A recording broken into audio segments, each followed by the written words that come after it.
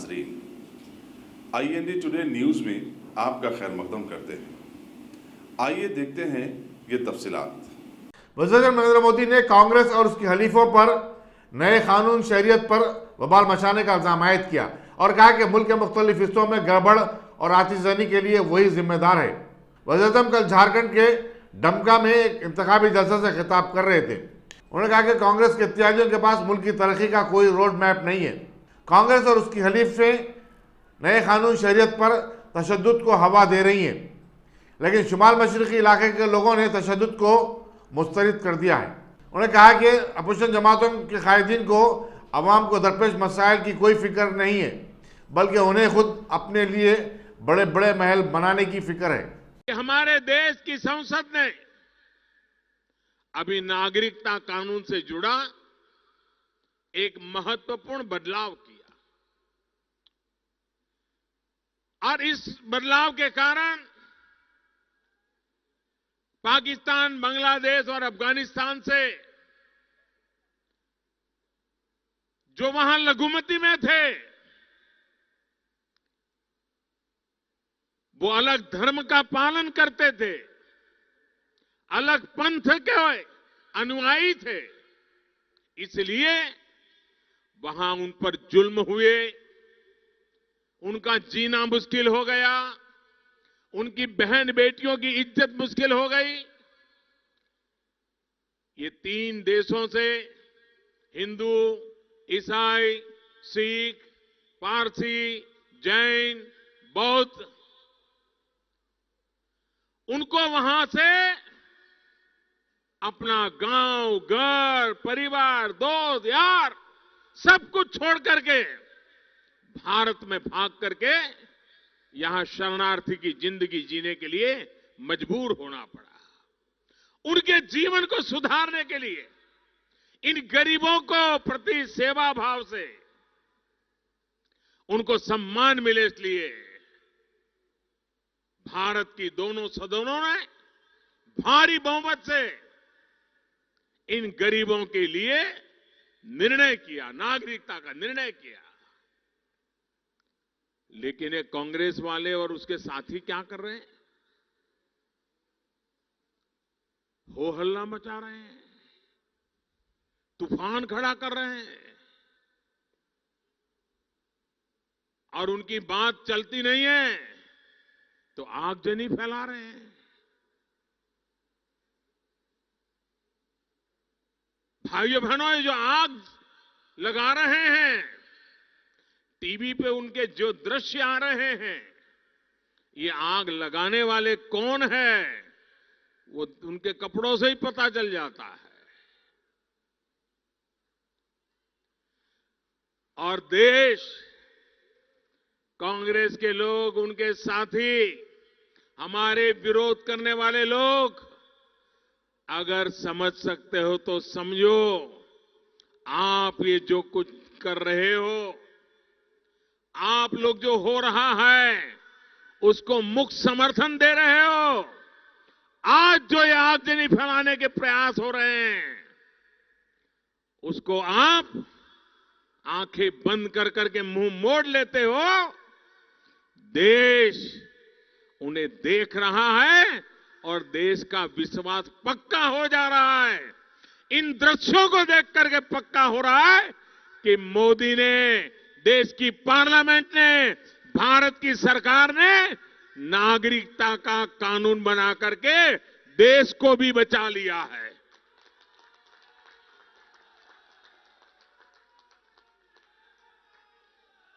हमारा फैसला सही है, ये आपके इन कारनामों से पता चलता है। और इसलिए जो कोशिशें की जा रही है, मैं आसाम के नॉर्थ ईस्ट के भाइयों बहनों का सर झुका करके अभिनंदन करता हूं।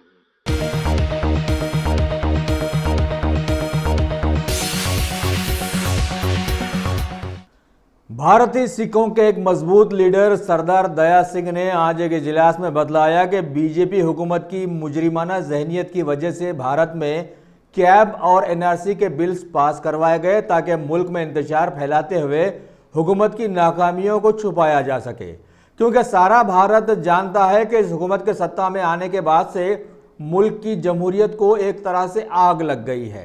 हर आदमी कराह रहा है, सिर्फ मुसलमानों का मसला नहीं है, हर तबका परेशान है बशमूल हिंदुओं के।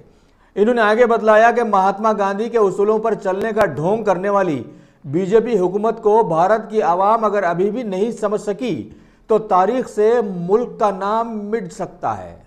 दोस्तों, मैंने आज सुना, पर मुझे एक अफसोस ज़रूर रहा कि कोई सिख हमारे सामने नहीं आया, तो कम से कम मैं आपके सामने आ गया।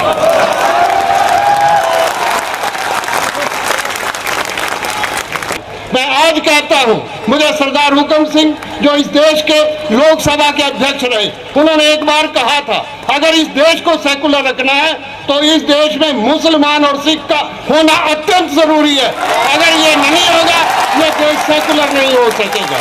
मैं अंतिम बात में, क्योंकि बहुत आपका समय नहीं लेना, एक बात और कहते हैं, हमें तो गांधी ने कहा था, हमें तो इंश्योर किया था गांधी ने कि आप यहाँ भारत में रहो, इस देश में रहो, हम उसका हिस्सा बने, बहुत कुर्बानियां दी। मुस्लिम समाज को भी इंश्योर किया था कि आप यहाँ रहेंगे, आपके सारे हक सुरक्षित रहेंगे। आज मैं पूछना चाहता हूँ, पहले सिखों को 1984 में गले में टायर बांधकर आग लगा दी गई, कौन से वो बांधने वाले? ये जो अधिनियम आया है, ये जो नियम आया है, मैं समझता हूं कि सिख आपके साथ खड़ा होगा। सिख अगर कश्मीर के साथ आज खड़ा है, आपके साथ भी खड़ा है। अगर हमें कुर्बानी देनी होगी, सबसे आगे हम होंगे, बाद में आपकी कुर्बानी कोई पूछेगा। हम पूछना चाहते हैं,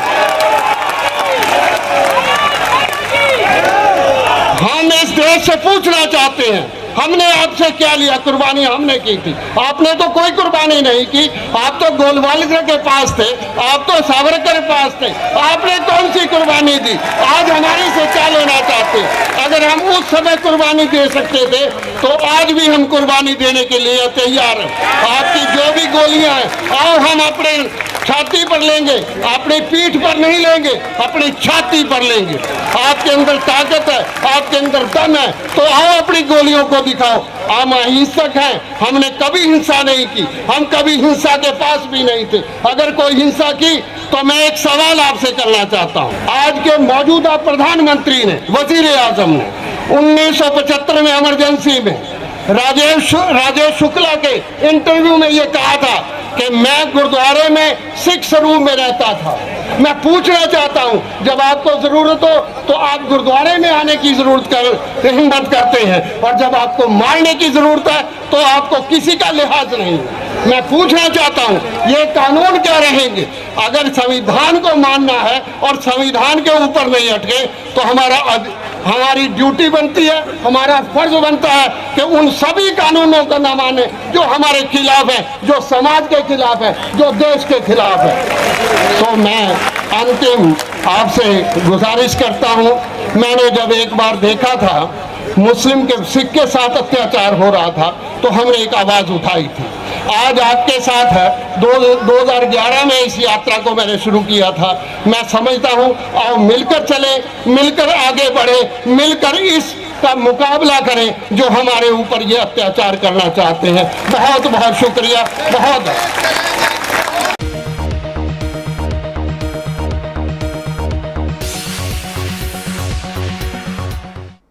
भारत के इंतहाई इंतशार वाले मौजूदा माहौल में अभी हैदराबाद के कॉरपोरेट होटल में जिंजर ब्रेड सेरेमनी 2019 का एहतमाम किया गया।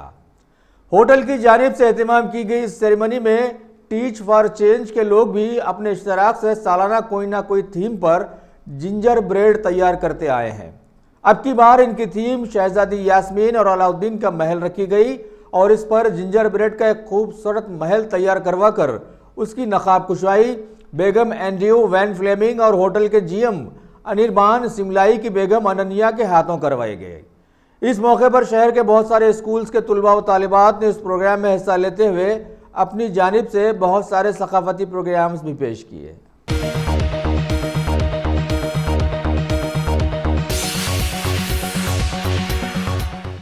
बीजेपी हुकूमत के सैकड़ों तनाज़ात में शामिल मुल्क को अंग्रेजों की तर्ज पर हिंदुओं और मुसलमानों में आलानिया बांटने वाले कैब और एनआरसी बिल्स के खिलाफ में मुल्क की ऊपरी रियासतों में अब एहतजाज जड़ पकड़ता जा रहा है।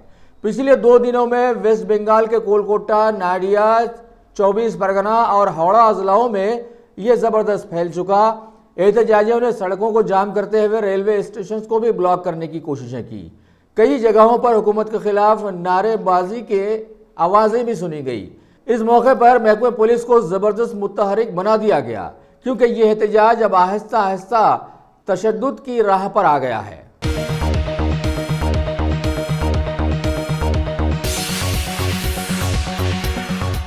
Ghazi kidney centre and multi speciality hospital, गुर्दे और बवासीर के इलाज का 40 साल मशहूर हॉस्पिटल, जहां हजारों पेशेंट्स क्योर हो चुके हैं। Doctor Husaini international national award winner और दूसरे डॉक्टर्स और लेडी डॉक्टर्स की जेर खिदमत गुर्दे के तमाम अमराज का मुकम्मल ट्रीटमेंट किया जा रहा है। गुर्दे फेल हो चुके हों, डायलिसिस करवा रहे हों, याद रखिए डायलिसिस कोई इलाज नहीं, इससे 1% भी गुर्दे रिकवर नहीं होते। हाँ, डायलिसिस टेम्पररी रिलीफ दे सकता है, लेकिन हमारे ट्रीटमेंट से गुर्दे फिर से फंक्शन में आ सकते हैं। गुर्दे श्रिंक हो गए हों या सिस्ट हो, गुर्दे की पथरी हो, कैसी भी गुर्दे की तकलीफ हो या पाइल्स यानी बवासीर, चाहे ब्लीडिंग हो या कोम, बगैर ऑपरेशन मुकम्मल क्योर ट्रीटमेंट का एक ही centre, Ghazi kidney centre, DLRL main road, opposite Vikas high school, Chandrayangutta, Hyderabad. Cell 9966930824 या 9391326261।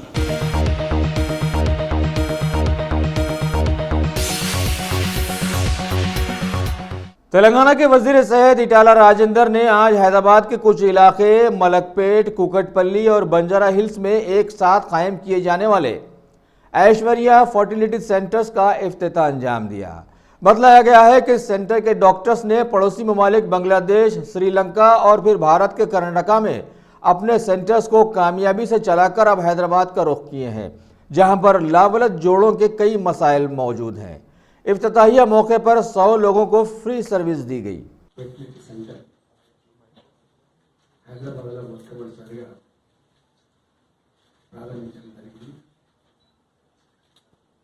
బంజారాహిల్స్ నెంబర్ 12లో ఒకటి, మలక్పేట్లో రెండవది, కుకట్పల్లి ఏరియాలో మూడవది. ఈ ఐశ్వర్య ఫెర్టిలిటీ సెంటర్ ఇంతకుముందు చెప్పినట్టుగా గత 30 ఏళ్ళుగా తమిళనాడు రాష్ట్రంలో ప్రారంభమై శ్రీలంక, బంగ్లాదేశ్ దేశాలలో కూడా ఈ సెంటర్స్ ఏర్పాటు చేయడం. మాతృత్వం ఒక తీయటి కళ. స్త్రీలకి పెళ్ళైన తర్వాత మాతృత్వం ఒక తీయటి కళలాగా వాళ్ళు భావిస్తారు.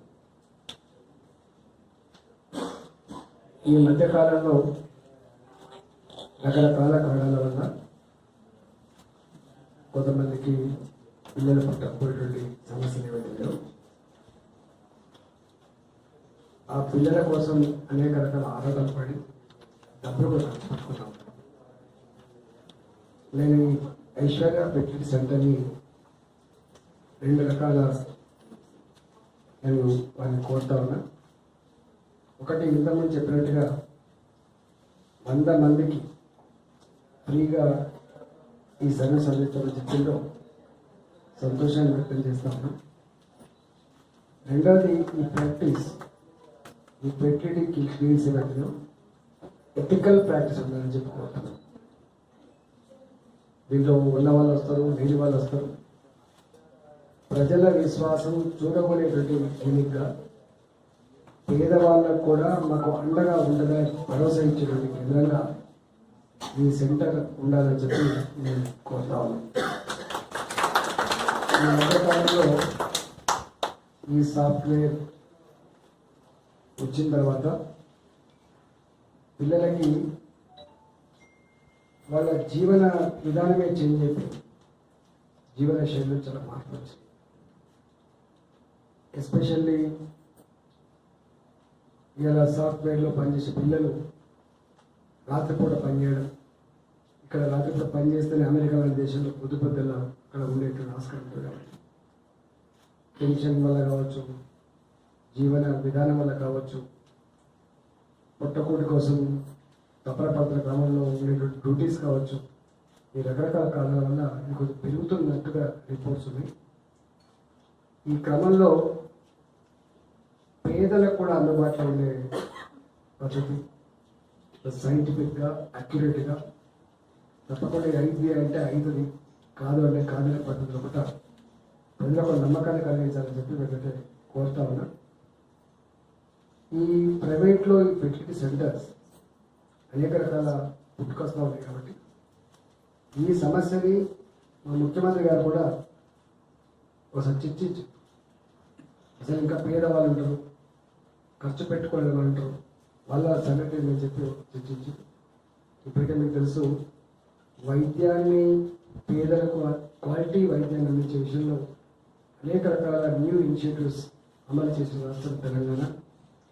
ఫస్ట్ టైం ప్రభుత్వ స్థాయిలో కూడా ప్రభుత్వ పరంగా కూడా ఇట్లాంటి సెంటర్లు పెట్టాలని నిర్ణయం కూడా తీసుకున్నాం. అది గాంధీ హాస్పిటల్ ఆల్రెడీ మాది కూడా ప్రిపేర్ అవుతా ఉంది. ఇది ఏమైనప్పటికీ కూడా మునుపట్లాగా 10 మంది పిల్లలు 12 మంది పిల్లల పరిస్థితి లేదు. ఒక కొడుకు ఒక కూతురు లేదా ఇద్దరు పిల్లల్ని అనే కాన్సెప్ట్ ఉంది కాబట్టి పిల్లలు లేని జీవితం కాలంటే ఫీలింగ్ కూడా ఉంటుంది కాబట్టి ఇవాళ ఆ మాతృత్వం తీయని కళ అనేటువంటి కళను నిర్వహించే ఈ ఐశ్వర్య శంకర్ ప్రజల విశ్వాసాన్ని పేదలకు మరింత భరోసా ఇవ్వాలని చెప్పి కోరుకుంటూ all the best, wish all success. ప్రభుత్వ రంగంలో ఉందా? మరి ఒక జనరల్గా పిల్లలు కావాలనేటువంటి కోరిక ఎంత బలంగా ఉంటుందో వాళ్ళ పిల్లలే కావాలని కోరిక ఉంటుంది. కొన్నిసార్లు అనెథికల్ ప్రాక్టీసెస్ ఉంటాయి, అనెథికల్ ప్రాక్టీసెస్ ఉంటాయి. అనెథికల్ ప్రాక్టీసెస్ కాకుండా వాళ్ళు ఏ లోపం ఉందో సర్చ్ చేసి స్త్రీలో ఏ లోపం ఉన్నా, భర్తలో ఏ లోపం ఉన్నా, భార్యలో ఏ లోపం ఉన్నా, భర్తలో ఏ లోపం ఉన్నా వారినే సర్చ్ చేసి జెనెటికల్గా ఏం డిఫెక్ట్స్ ఉన్నాయి అవన్నీ కూడా సర్చ్ చేసి తప్పకుండా ఆ ఎథికల్ ప్రాక్టీస్ మాత్రమే ఉందని చెప్తున్నారు. అలాంటి ఎథికల్ ప్రాక్టీస్ కావాలని కోరుతాం.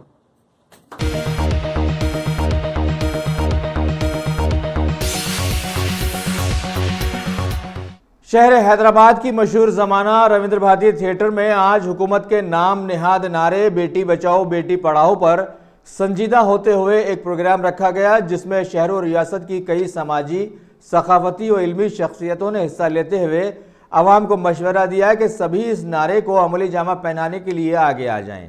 इस प्रोग्राम में शहर के बहुत सारे स्कूल्स की ख़ास तौर पर छोटी बड़ी तालिबात ने हिस्सा लिया, जिन्हें मुखातिब करते हुए नीलोफर हॉस्पिटल की माहिर अमराज अतफाल डॉक्टर हिमा बिंदु ने बच्चों में सेक्स के रुझान पर अपना सैर हासिल लेक्चर पेश किया।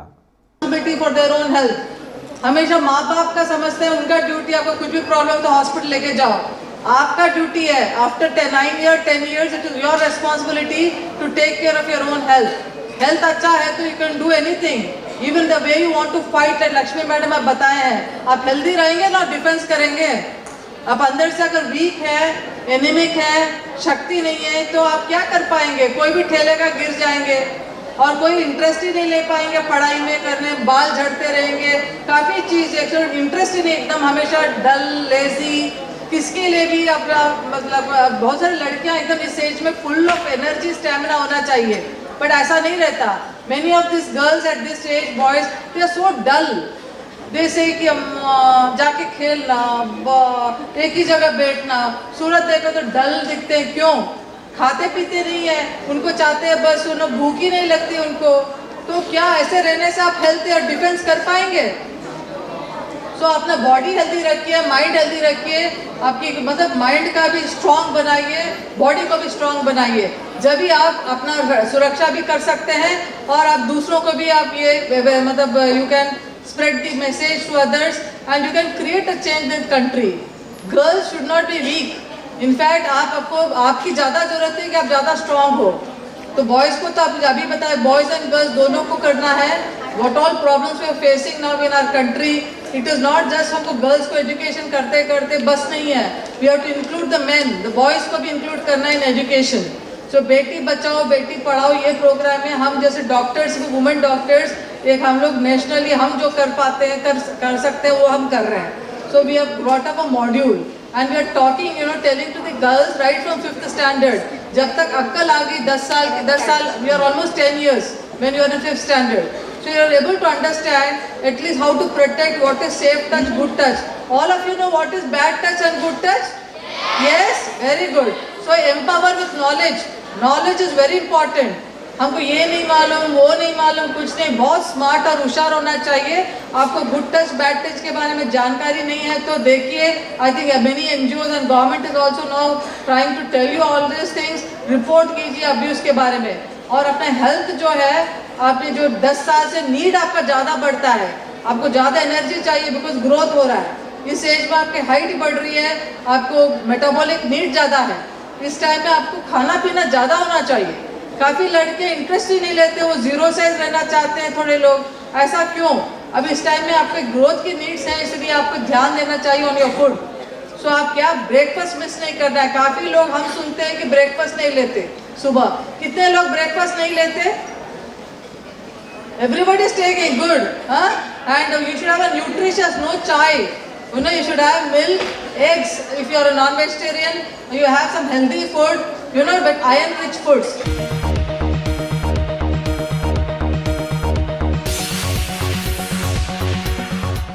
शहर हैदराबाद के मीरपेट पुलिस हुदूद के पास में वाक़े एक कुंटे में ओल्ड एज होम की एक उम्र रसीदा भारती नामी खातून के डूबकर हलाक हो जाने की एक दर्दनाक खबर मिली है। बतलाया गया है कि उस खातून की बदकिस्मत औलादों ने उसे पिछले साल ओल्ड एज होम में मुंतकिल करवा दिया था। मुकामी लोगों ने इस हादसे की पुलिस को खबर दी और वो वहां पहुंचकर लाश को मुर्दाखाने रवाना किया। वाज़ेह रहे कि जब से मुल्क में गाय को माता के बराबर ला खड़ा किया गया है, तब से इंसान में जानवरपन ज्यादा आ गया है।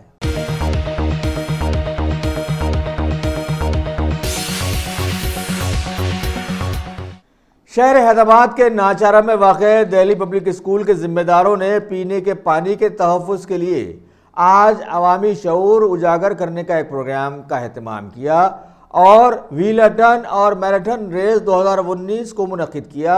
उस रेस में समाज के मुख्तलिफ उमूर से जुड़े छोटे बड़े करीब 2500 अफराद ने हिस्सा लिया, जिन्हें डीसीपी दिव्या चरण राव ने झंडी दिखाई और सभी लोग करीब 7 किलोमीटर का फासला तय करते नजर आए।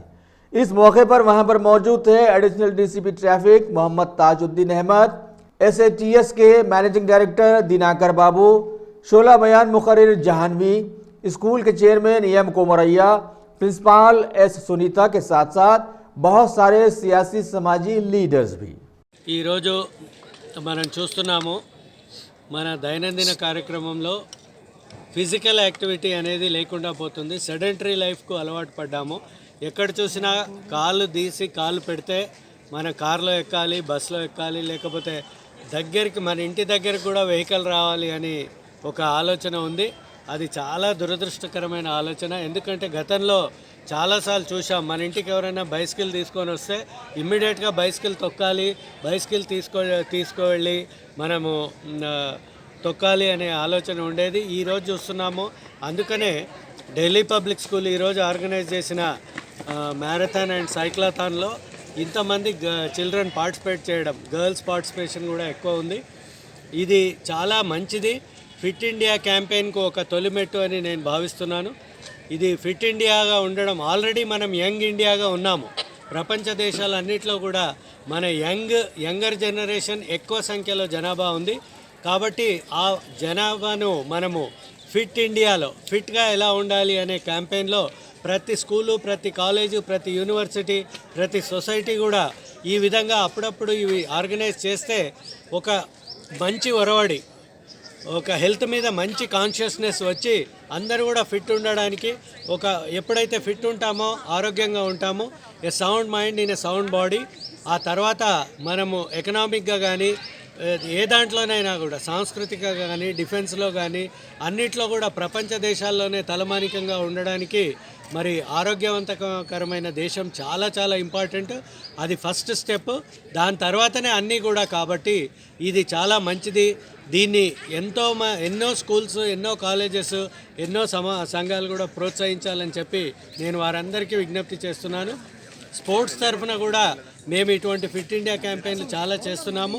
మేము పారా అథ్లెట్స్ తోటి కూడా సైక్లింగ్ ఇక్కడ నుంచి తిరుపతికి కానీ, ఇక్కడ నుంచి విజయవాడకు కానీ అట్లా ఇన్ఫినిటీ రైడ్స్ కూడా చేస్తున్నాము చాలా దూరం. అది ఒక ప్రజలలోకి వెళ్ళి మీడియా ద్వారా మంచి సందేశాన్ని ఇస్తుందని చెప్పడంలో తప్పులేదు.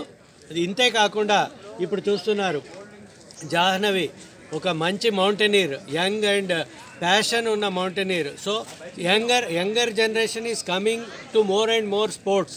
Not only academic, extra curricular యాక్టివిటీస్లో కూడా వాళ్ళు ఎక్కువ పాలు పంచుకుంటే తప్పకుండా మనం ఇప్పుడు చూసాం వాళ్ళ జోష్. వాళ్ళందరూ కూడా ఒక సమాజానికి మంచిని చేయడానికి ఉద్యుక్తులు అవుతున్నారు. కాబట్టి వాళ్ళందరినీ ప్రోత్సహిస్తున్న ఢిల్లీ పబ్లిక్ స్కూలు మరి ఏ యాజమాన్యమైనప్పటికీ కూడా స్పోర్ట్స్ అథారిటీ తరఫున వాళ్ళందరికీ కూడా మేము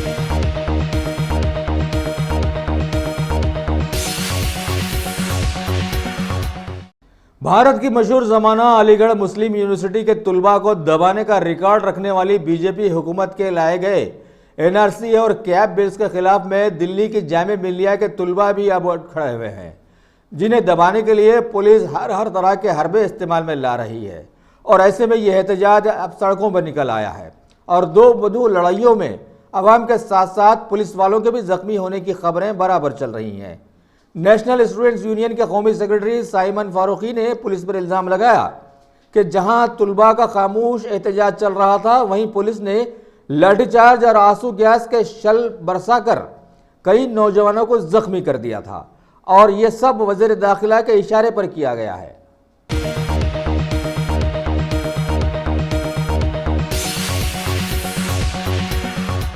सीएम केसीआर की सुपुत्री व साबिका एमपी के कविता ने आज नामपल्ली में वाक़े तेलुगु यूनिवर्सिटी के ऑडिटोरियम में तेलंगाना के शोहरत याफ्ता सहाफ़ी केपी कृष्णा यादव की लिखी किताब the journey of a journalist की आज रस्म इजराई अंजाम दी।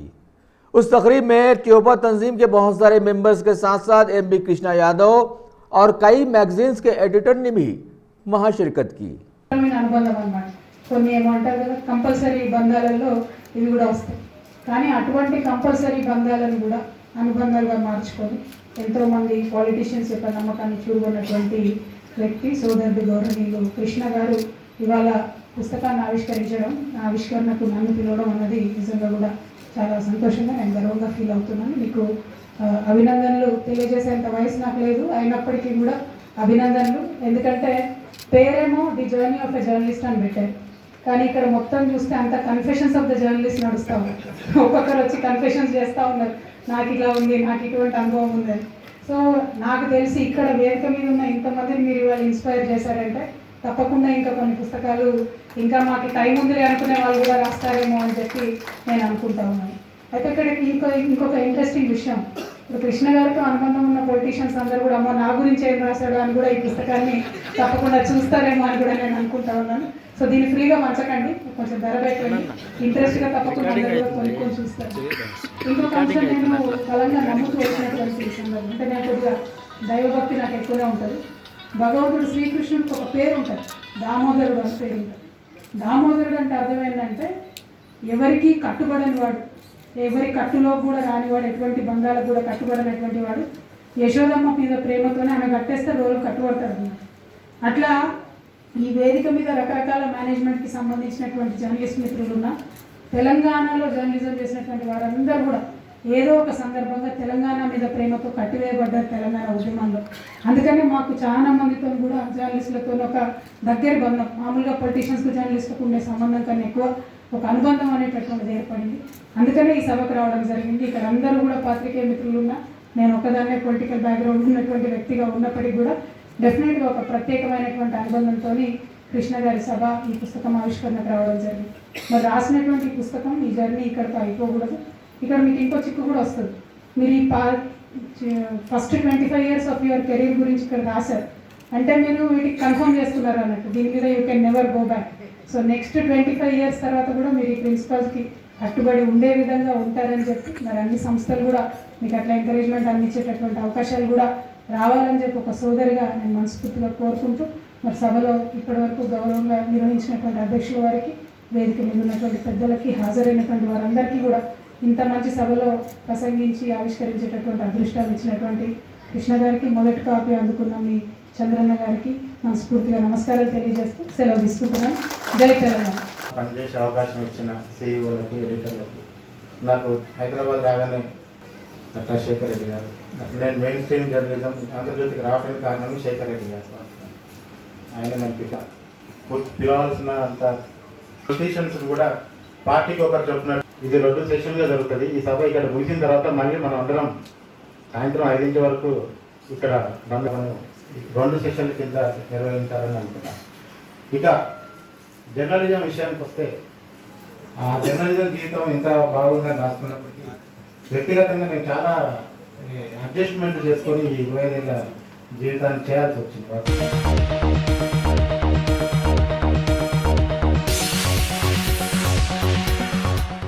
अगर आपने हमारे चैनल को सब्सक्राइब नहीं किया है तो आपको यहाँ सब्सक्राइब बटन दिख रहा है, उसे क्लिक करिए और सब्सक्राइब कीजिए और साथ ही साथ बेल आइकॉन को भी क्लिक करिएगा जिससे कि आपको ताज़ा अपडेट मिलते रहें।